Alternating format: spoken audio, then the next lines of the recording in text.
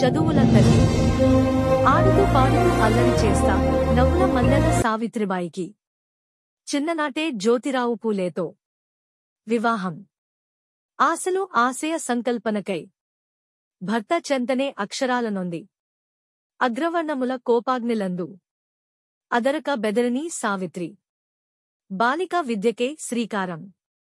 తొలి ఉపాధ్యాయురాలిగా ప్రయాణం. రాళ్ల పేడల వర్షం కురిసినా గమ్యం చేరిన సావిత్రిబాయి పూలే బాలికలందరినీ ఏకం చేసి బాలికా బడులనేర్పాటు చేసి విద్యను పంచిన ఉత్తమురాలు.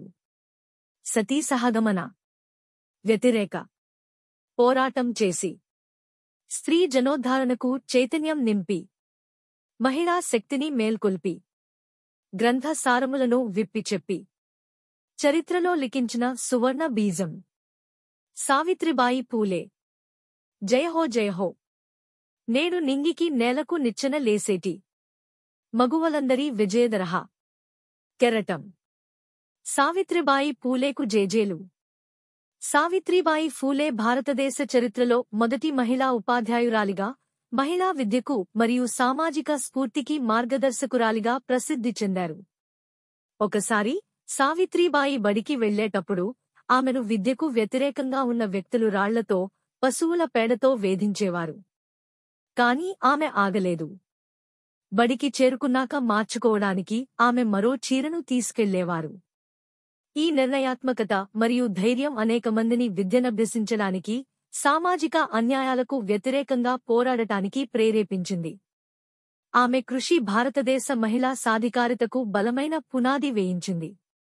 సావిత్రిబాయి పేరు చెప్పగానే పురాణాలలో చెప్పబడిన సత్యవతి సత్యవాన్ కథ కూడా గుర్తుకు వస్తుంది.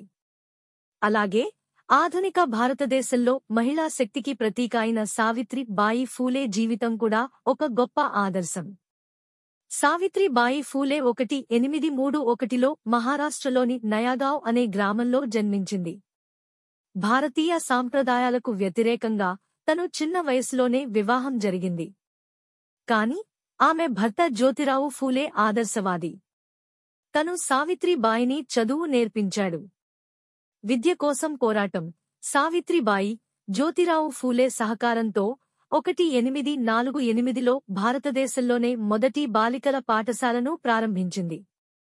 అయితే సమాజంలోని కొన్ని వర్గాలు దీనిని వ్యతిరేకించాయి.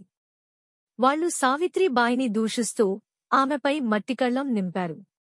కాని ఆమె ధైర్యంగా విద్యను ప్రచారం చేస్తూనే ఉండింది. సామాజిక మార్పు కోసం కృషి, మహిళా స్వేచ్ఛ కోసం పోరాటం, స్త్రీలు చదువుకోవాలని, ఆర్థికంగా స్వతంత్రంగా ఉండాలని ఆమె కోరింది.